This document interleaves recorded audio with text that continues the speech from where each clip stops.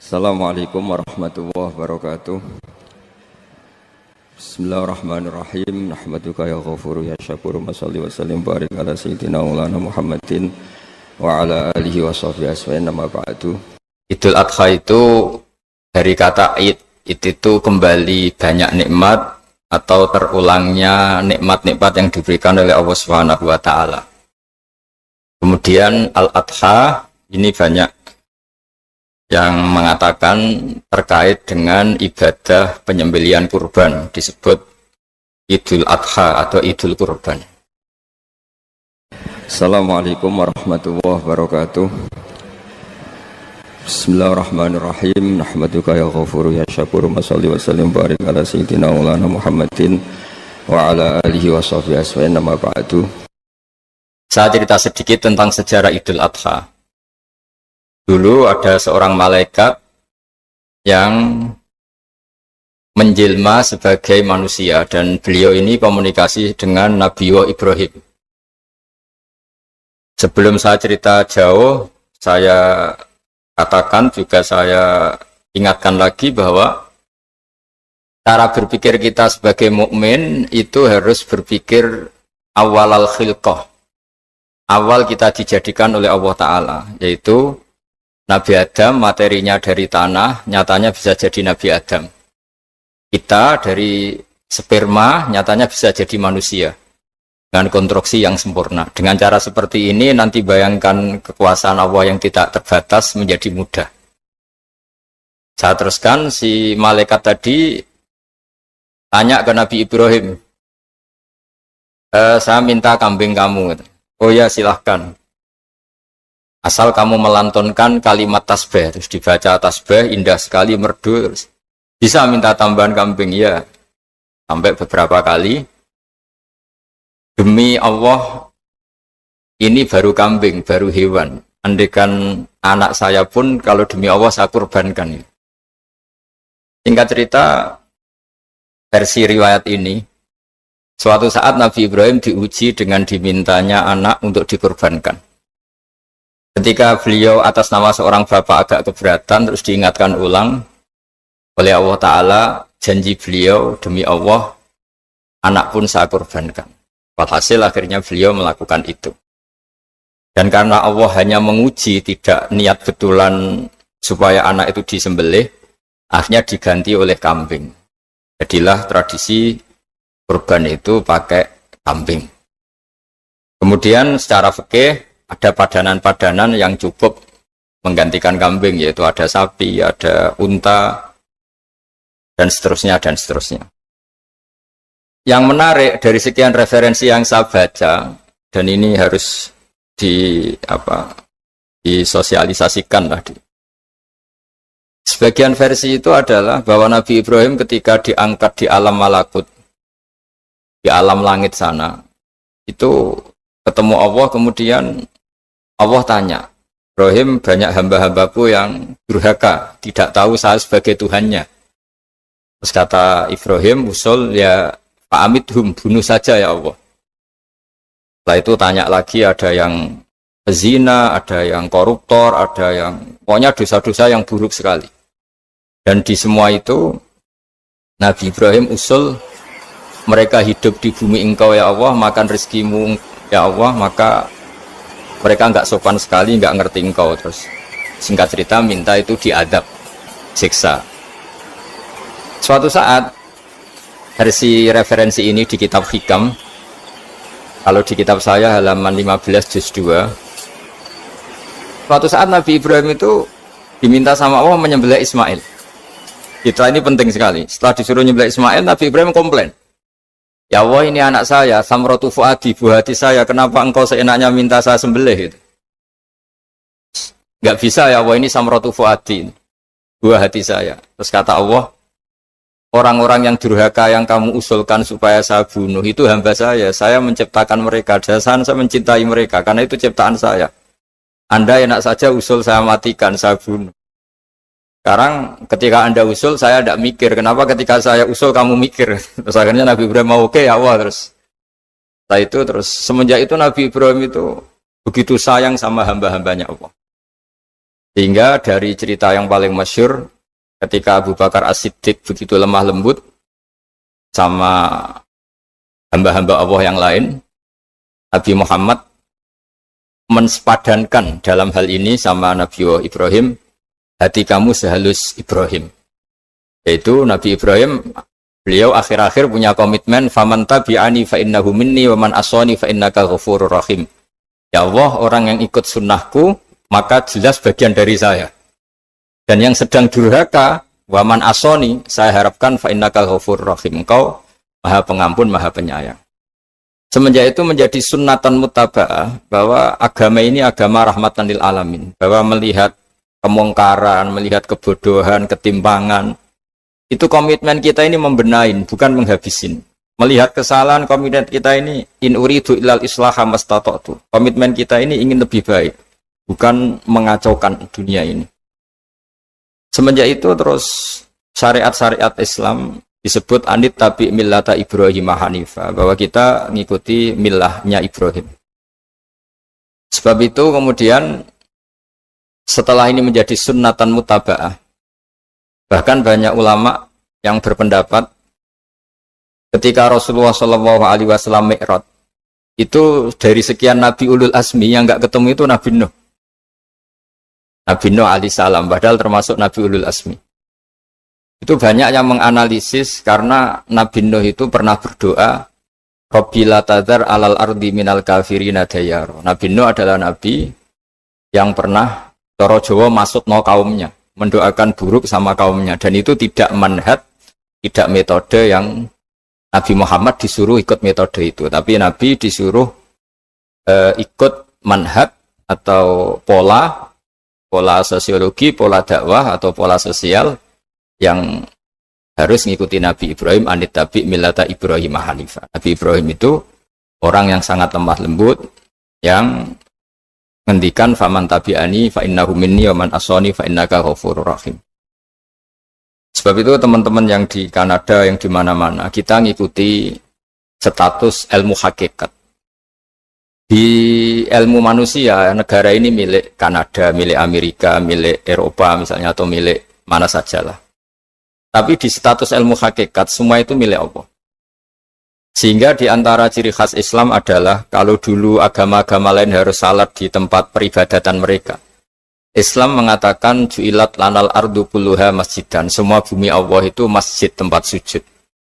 Sehingga orang Islam fa'enama adrokatu sholat, kamu kapan saja ketemu waktu sholat, ya sholat, semua bumi Allah itu tempat sujud. Sehingga suatu saat sahabat yang biasa siaha, biasa hidup di perantauan, Nabi memberi nasihat, al-bilad biladullah wal ibad ibadullah, fahaitsuma asabta khairan fa'akim. Semua negara itu milik Allah, semua hamba dimanapun juga hamba Allah. Kamu di mana saja mendapatkan kebaikan, ya silahkan berdomisili di situ. Saya pernah di Korea, itu asik karena itu yang orang-orang katanya teman-teman, saya ini di rumah itu nggak kiai, Gus. Sering di sawah, sering di Tegal. Gara-gara di Korea jadi mufti gitu. Karena nggak ada kiainya gitu.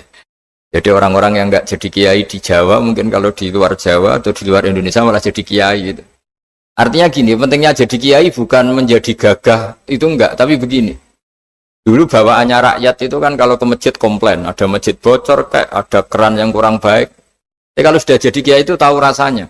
Betapa nata masjid itu susah, ngelola masjid itu susah, nyari imam itu juga susah, melanggengkan jamaah juga susah. Jadi pentingnya jadi kiai itu bukan gagah-gagahan jadi imam, tapi bertanggung jawab atas proses yang berjalan. Hingga dulu di antara nasihat bapak saya, bapak itu termasuk orang yang nggak suka sama orang tawadhu, orang yang sopan. Dulu saya juga iskal itu janggal. Kata bapak, wong tawadhu itu apik, orang sopan itu baik. Tapi biasanya itu cara orang menghindari tanggung jawab. Disuruh jadi kiai nggak mau. Tapi kalau ada kiai salah komplain itu. Disuruh jadi menteri nggak mau. Kalau ada menteri salah komplain itu. Disuruh jadi apa nggak mau. Kesannya tawadhu, tapi sebenarnya hanya menghindari tanggung jawab. Disuruh pidato nggak mau. Disuruh jadi MC nggak mau. Tapi kalau ada orang salah komplain itu. Jika kata bapak tawadhu itu baik, asal tawadhu betul itu. Tapi kebanyakan nggak, tawadhu itu menghindari tanggung Jawab sambil cari salahnya orang lain. Nah ini yang tawaduk yang akhirnya kurang baik. Nah teruskan, jadi Nabi Ibrahim ini panutan yang luar biasa. Beliau adalah orang yang alami sekian proses sosial yang akhirnya diakui sebagai Khalilur Rahman, orang yang sangat dicintai Allah Ta'ala. Di antara sebab dicintainya Nabi Ibrahim adalah seperti yang dialami Nabi Adam. Nabi Adam ketika turun di bumi, itu keresahan pertama itu bukan karena kurang makanan atau kurang minuman, itu enggak. Beliau turun di bumi, mendapati bangsa yang lain, kalau dalam kitab disebut Banul Jan. Itu dia janggalnya Masya Allah. Ini orang makhluk-makhluk ini kok enggak kenal sama Allah yang menciptakannya. Kan aneh ya kalau kita hidup di Kanada terus enggak tahu PM-nya siapa, Perdana Menterinya siapa, kita hidup di Indonesia enggak tahu presidennya siapa. Itu kan aneh.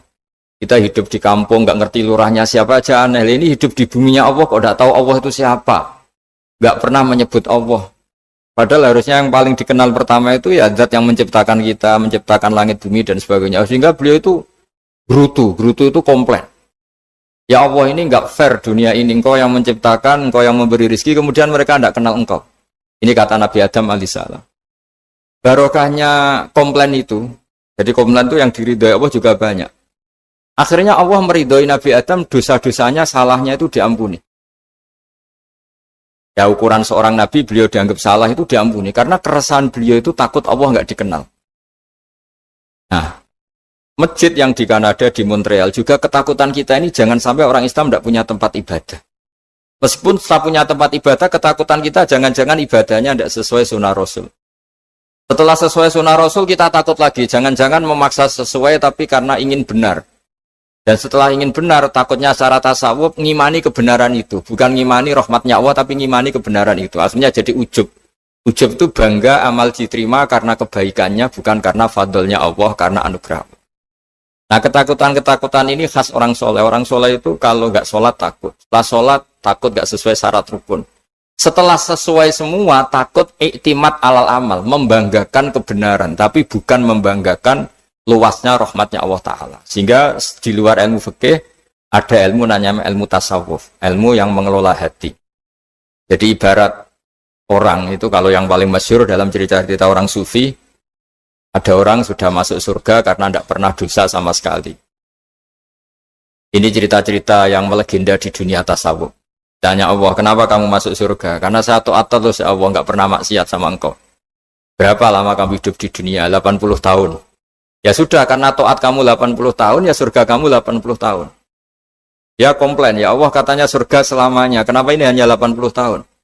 Yang selamanya itu rahmat saya. Kalau amal kamu kan terbatas 80 tahun, maka balasannya hanya 80 tahun. Nah semenjak itu beliau sadar, oh ya Allah, masuk surga itu fadlmu, anugerahmu, amal saya tidak ada bandingannya dengan surgamu. Nah ini jadi sehingga keyakinan ahli sunnah wal jamaah di antara ciri khasnya adalah masuk surga itu karena fadlnya Allah, karena anugerahnya Allah. Maksudnya itu, oke, kita amal, tapi amal kita tetap terbatas. Tidak memberi kontribusi pada kerajaan Allah, pada kedikjayaan Allah sebagai Tuhan. Yang tidak terbatas adalah fadlnya Allah Subhanahu wa Ta'ala.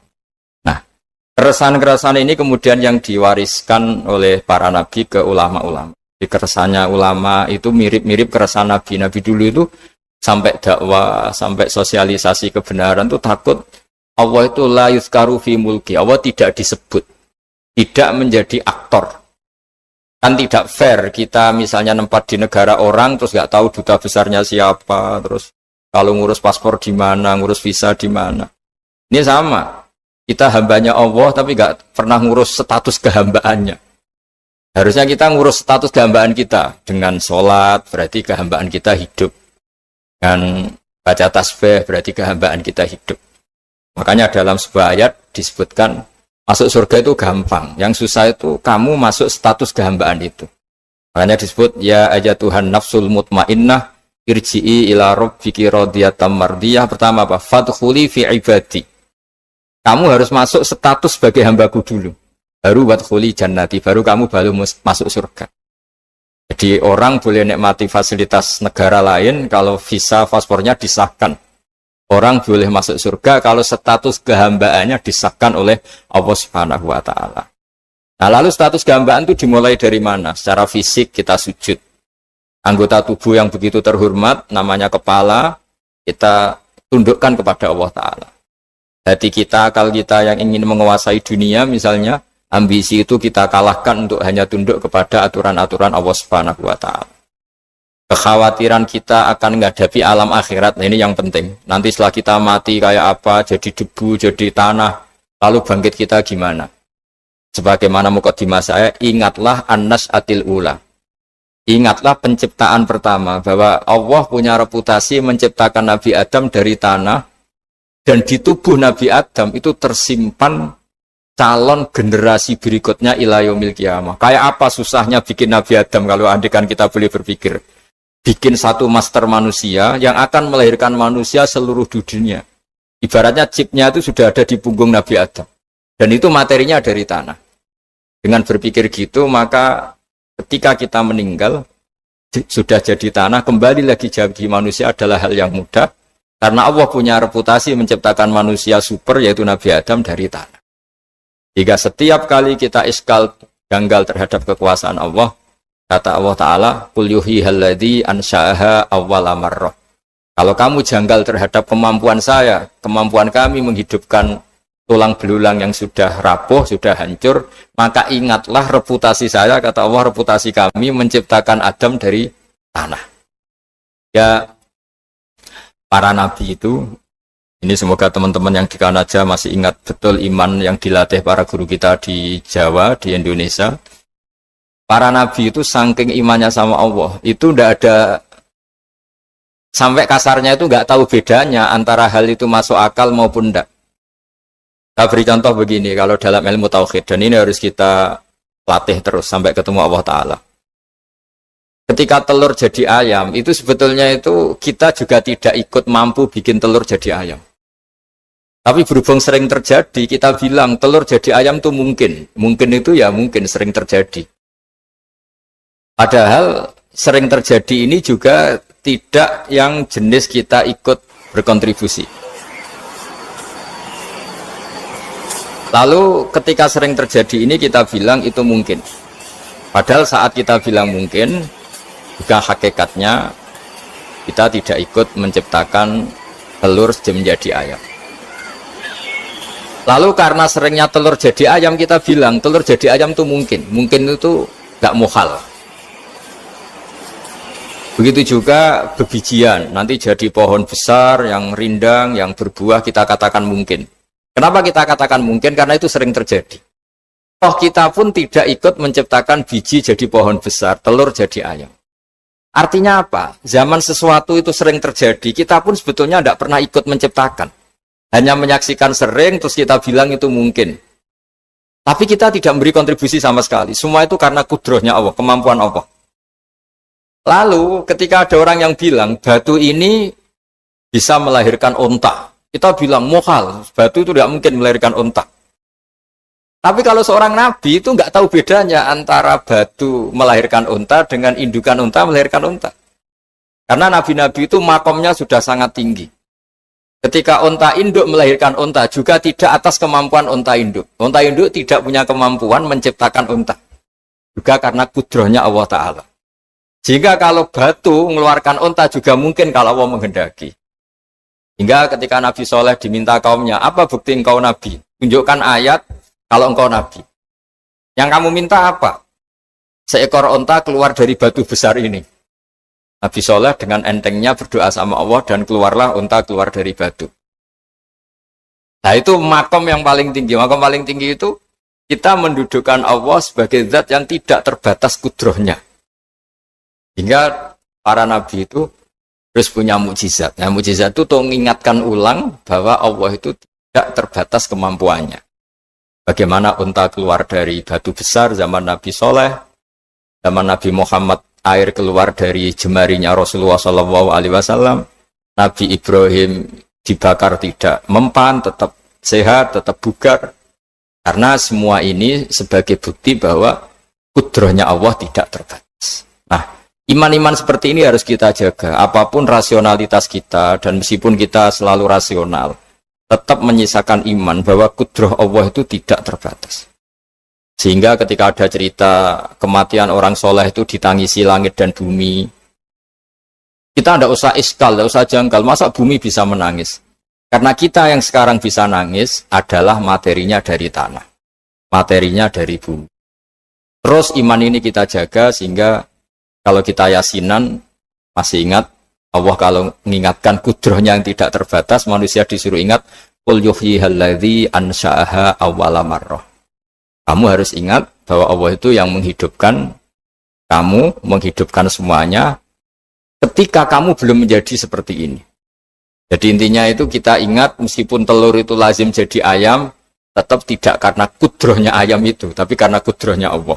Indukan unta melahirkan anak unta juga bukan kemampuan indukan unta, karena ini juga makhluk yang lemah, tapi juga kemampuan Allah Subhanahu wa Ta'ala. Jika dengan demikian kita termasuk hamba Allah sesuai target yang diingatkan Allah. Falamma tabayyana lahu qala a'lamu annallaha ala kulli syai'in qadir. Hamba Allah yang baik adalah hamba ketika menyaksikan fenomena apapun, semua itu li ta'lamu annallaha ala kulli syai'in qadir wa annallaha qad ahata bi kulli syai'in ilma. Apapun di alam raya ini, semuanya itu bukti bahwa Allah ala kulli syai'in qadir, Allah kuasa dan Allah meliputi semua makhluknya dalam pandangannya, dalam pantauannya. Jadi saya mohon teman-teman yang di Montreal, yang di Kanada, juga di manapun harus ingat status hakikat bahwa al-bilad biladullah wal ibad ibadullah fahaitsuma asabta khairan fa'akim. Negara hakikatnya milik Allah, semua hamba juga milik Allah. Di mana saja kamu berada dan menemukan kebaikan, silahkan hidup di situ. Tentu dengan sosialisasi yang baik, baik dengan non-muslim maupun dengan muslim. Karena Allah mengajarkan waqulu linnasi husna. Ajaran Islam adalah rahmatan lil alamin, rahmat bagi semua. Tentu tidak henti-hentinya kita menjelaskan kebenaran yang diinginkan oleh Allah Subhanahu wa Ta'ala. Saya kira demikian karena juga ini di sini sudah malam. Jadi saya mohon maaf mungkin tidak bisa ikuti tanya jawab karena di sini sudah malam, apalagi tadi habis takziah saya karena ya ada mas saya yang sudah sepuh sekali wafat, terus tadi barusan datang, jadi mohon maaf tidak mengikuti acara mulai pertama. Tapi saya mohon ayat-ayat Quran yang saya terangkan tadi bahwa untuk mensifati Allah kudrohnya tidak terbatas, ingatlah bahwa kita yang secerdas ini, yang sehebat ini, kita semua manusia yang cerdas begini, matanya bisa melihat, hatinya bisa merenung, otaknya bisa berpikir cerdas, itu dari materi tanah. Dan Allah mampu. Allah bisa bikin orang miliatan gini dari satu orang manusia namanya Nabi Adam. Kayak apa susahnya bikin konstruksi Nabi Adam kalau boleh dibahasakan. Dan itu Allah punya reputasi mampu. Dengan cara seperti itu kita akan gampang iman bahwa kita setelah meninggal dan menjadi tanah, ya sama seperti kita masih hidup. Zaman kita hidup ya tidak tahu cara kerja jantung kita, nafas kita, uratnya gimana, terus sistem tubuh. Meskipun ilmu medis ngerti mengurai itu, tapi itu saja hanya ngerti, tidak menciptakan. Yang menggerakkan jantung, organ tubuh kita tetap Allah Subhanahu wa Ta'ala. Dia yang Al-Fa'idul Mukhtar, dia yang semuanya mengendalikan kita. Artinya zaman kita hidup pun sebenarnya kita yang tidak mengendalikan kita. Nafas kita ya dalam kendali Allah, ikhtiar kita dalam kendali Allah. Sama setelah kita mati juga dalam kendali Allah. Ya guru-guru kita semuanya melatih inna sholati wa nusuki wa mahyaya wa mamati lillahi rabbil alamin. Hakikat ibadah kita, hakikat hidup kita, hakikat mati kita, semuanya tidak dalam kendali kita. Semua itu dalam kendali Allah Ta'ala. Dengan demikian terus kita insya Allah ingin jadi hambanya dulu. Baru setelah jadi hambanya, baru sah menjadi ahli penghuni surganya. Wadkhuli fi ibadi, baru wadkhuli jannati. Masuklah berstatus sebagai hambaku, baru engkau kalian semua layak menjadi penghuni surga. Kul ngucapo sira Muhammad. Pasti ngucapo ning gone wong-wong sing takut kematian dalam berjuang. Mantai sapa dza yaman iku allazi ku wong utawa allazi ku sapa wae yasin. Kang iso ngreksa sapa lagi kum ing sira kabeh. Yujiru tegese nyelametna sapa lagi kum ing sira kabeh minallahi saking ketentuane Allah. Inaro dalam ngersakno sapa Allah dikum ing sira kabeh ngersakno misale suhan ing kerusakan, halakan tegese kerusakan, wahazimatan lan kabur, bubaran saka arena perang. Sapa zat sing iso nglindungi kowe nek Allah menghendaki kowe kalah. Au yusibukum utawa mekenakno sapa Allah kum ing sira kabeh bisuin kelawan to elek. In aro dalam ngersakno sapa Allah bikum ing sira kabeh rahmatan ing rahmat manane khairon tegese ing kabeh. Kowe nek wedi mati iku lha opo? Misale wedi mati ya tetep napa? Mati. Kira-kira mati demi jihad, maksudnya keren napa? Gaul maksudnya mati jihad sing mesti bener ya mesti. Perang riyen niku kepenak Kang, sing mbok endut Kanjeng Nabi mesti bener ya, musuh Abu Jahal mesti salah ya. Jadi cara nekat iku jos napa? Saiki mboten musuhe mukmin kaya mukmin, mukminem yo abal-abal, musuhe yo rondo abal-abal kan ora jelas bener ora jelas. Lah berhubung ora jelas kudune sikap kita yo ora jelas.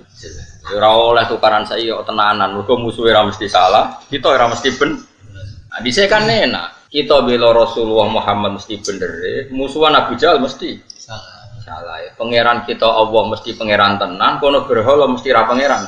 Saiki boten teroris yo Allahu Akbar, polisi sing lagi salat yo Allah. Terus kowe PD piye? Ora jelas. Ora jelas yo kita sikape ya ora jelas. Saiki nganggo hukum sosial sing normal, nah apik ya diapiki. Nah kono ngrasani ya kowe ngrasani ngono-ngono tok wae gremeng-gremeng sithik ngono tapi ora usah napa? Ora usah tenanan. Jadi ini ku penting kula terangno. Jadi nek ana wong saiki majibno jihad alasane anut Rasulullah, nek Rasulullah jihad nganti wani mati. Masalahe Nabi mesti bener, musuhe mesti salah.